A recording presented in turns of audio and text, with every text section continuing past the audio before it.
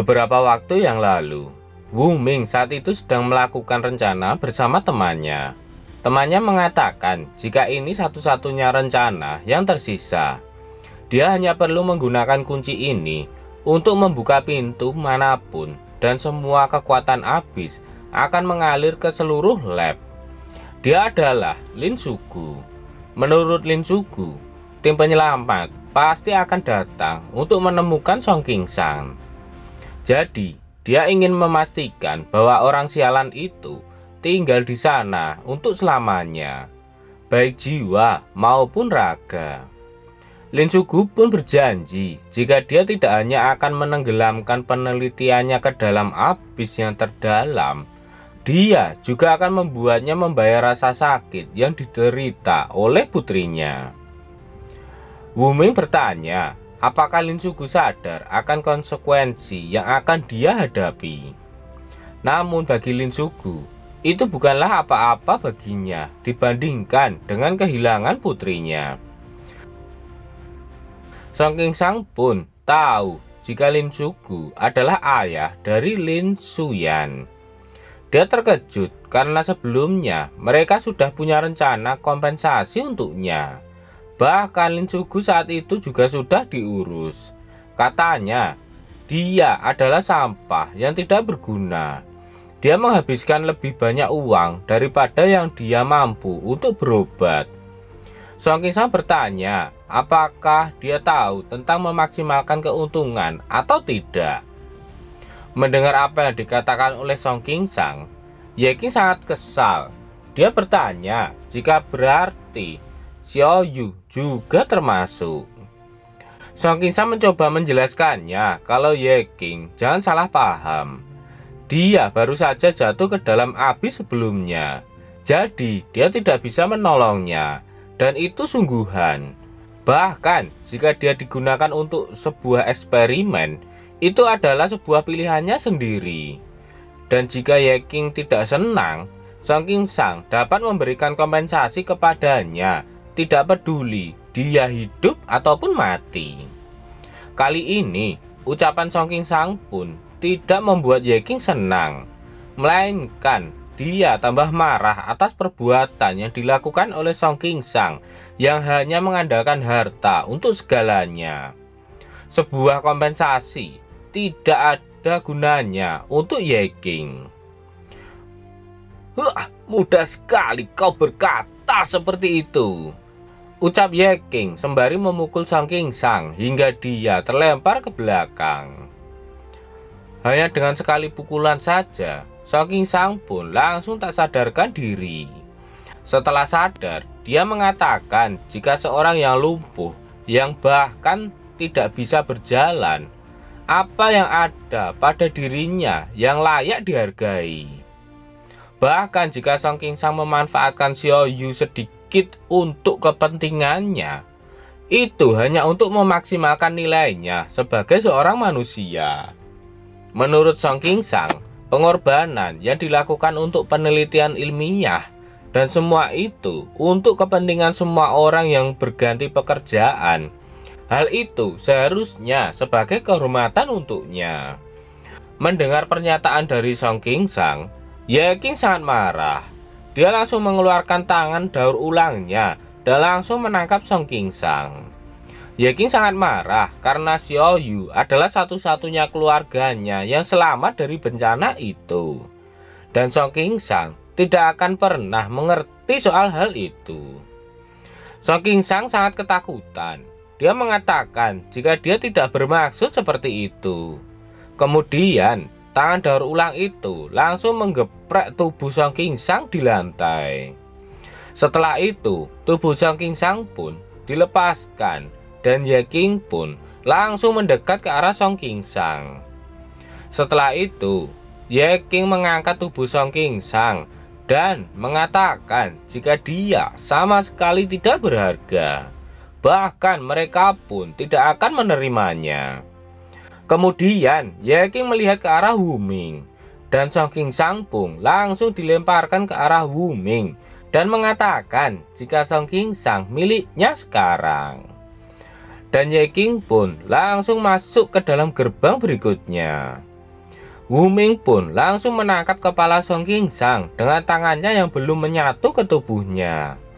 Sebelum Ye King pergi, Wu Ming mengatakan jika saat ini mereka sudah mencapai kesepakatan tentang masalah ini. Namun yang ingin dilakukan oleh Ye King saat ini hanyalah ingin memastikan keselamatan adiknya secepat mungkin. Menurutnya, tidak ada yang lain yang lebih penting daripada adiknya. Sembari tersenyum ke arah Song Qingsang, Wu Ming mengatakan jika tugas tentara bayaran adalah memenuhi tugasnya. Jadi, Song Qingsang harus mati di sini. Itu juga seharusnya keinginan dari ayahmu. Song Qingsang panik mendengar bahwa ternyata Wu Ming juga mendapatkan tugas untuk menghabisi dirinya. Jadi dia menanyakan tugas apa yang Wu Ming dapatkan. Jika mengetahui tugasnya, dia bisa membayar Wu Ming 2 kali lipat untuk membatalkan tugas itu. Song Qingsang menanyakan berapa yang dibayar orang tua itu pada Wu Ming. Seseorang hanya punya 1 nyawa. Bagaimana kau akan memberiku 2 kali lipat untuk itu? Tanya Wu Ming. Apa yang kau katakan? Tanya balik Song Qingsang dengan panik. Namun Wu Ming mengabaikan Song Qingsang. Dia justru berkata kepada Ye King jika lain kali dia ingin bertarung habis-habisan dengannya. Dan Ye King pun masuk ke dalam gerbang abis. Di dalam, ternyata Ye Xiaoyu menunggu di balik gerbang itu. Dia terkejut melihat siapa yang masuk ke sana. Ye Xiaoyu pun langsung menangis setelah melihat kakaknya datang ke sana. Ini aku. Maaf, aku datang terlambat, ucap Ye King menenangkan Xiaoyu. Xiaoyu mengatakan jika dia tidak apa-apa.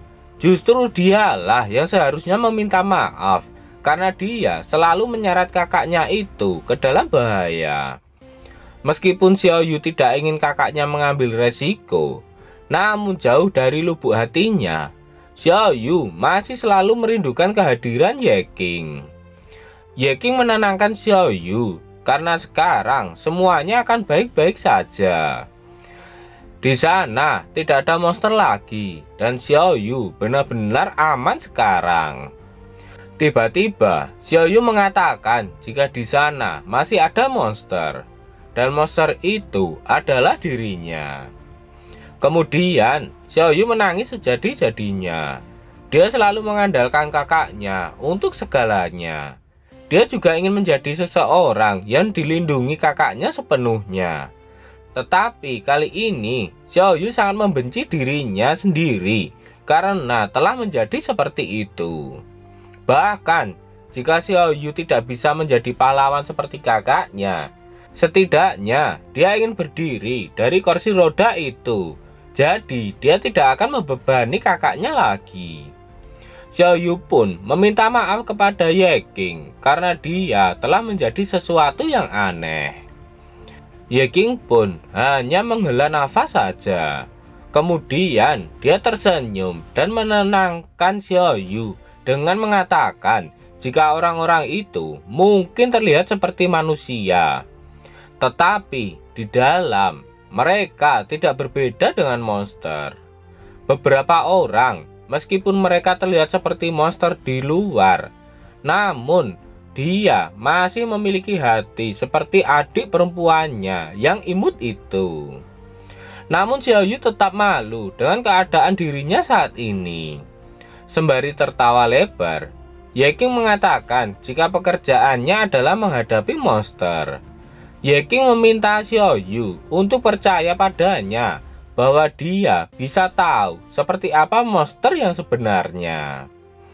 Tiba-tiba, Ye King melihat ke suatu ujung di tempat itu. Dia melihat banyak monster yang tak bernyawa lagi. Ye King memuji Xiaoyu yang ternyata dia cukup kuat juga. Xiaoyu pun terkejut karena pujian dari kakaknya. Ye King juga bertanya apakah Xiaoyu yang telah melakukan semua itu. Sembari malu-malu, Xiaoyu mengatakan jika semua mayat Beastman itu bukan perbuatannya. Kemudian Xiaoyu menunjukkan monster yang dia habisi. Dia mengatakan jika dia hanya menghabisi monster itu dengan satu pukulan saja. Dan itu dia lakukan saat dia pertama kali berubah menjadi boneka beruang. Dia langsung memukul kedua monster itu sampai mati. Ye King terkejut mendengar jika Xiaoyu bisa menghabisi dua monster hanya dengan satu kali pukulan saja. Ye King bertanya-tanya, Xiaoyu saat ini berada di level berapa? Dia menduga kalau Xiaoyu berada di level yang cukup tinggi. Tiba-tiba terjadi sesuatu pada Xiaoyu. Tangannya tiba-tiba menghilang. Dia sangat terkejut melihatnya. Dan ternyata keadaan itu membuat Xiaoyu kembali ke wujud aslinya. Namun setelah itu Xiaoyu bertanya-tanya apa yang terjadi padanya. Dia ternyata sudah kembali. Ye King pun mendekat dan menjelaskan bahwa mantra transformasi menghabiskan mana. Ketika mananya sudah habis, tentu saja Xiaoyu akan kembali ke bentuk aslinya. Jadi Xiaoyu bukanlah sejenis monster, itu hanya sebuah kemampuannya saja. Dan jika Xiaoyu berubah menjadi beruang, dia bisa berjalan dengan bebas. Itulah kekuatan kelasnya, yaitu Shape Sister. Setelah itu, Ye King pun memberikan selamat kepada Xiaoyu karena Xiaoyu saat ini juga seorang yang bisa berganti pekerjaan. Seseorang yang bisa berdiri sendiri. Xiaoyu pun terlihat sangat bahagia mendapatkan ucapan selamat dari kakaknya. Dia tak percaya bahwa dia bisa melakukannya. Kemudian Xiaoyu bertanya, bisakah dia menjadi seperti kakaknya itu? Tentu saja, Ye King mengatakan tidak.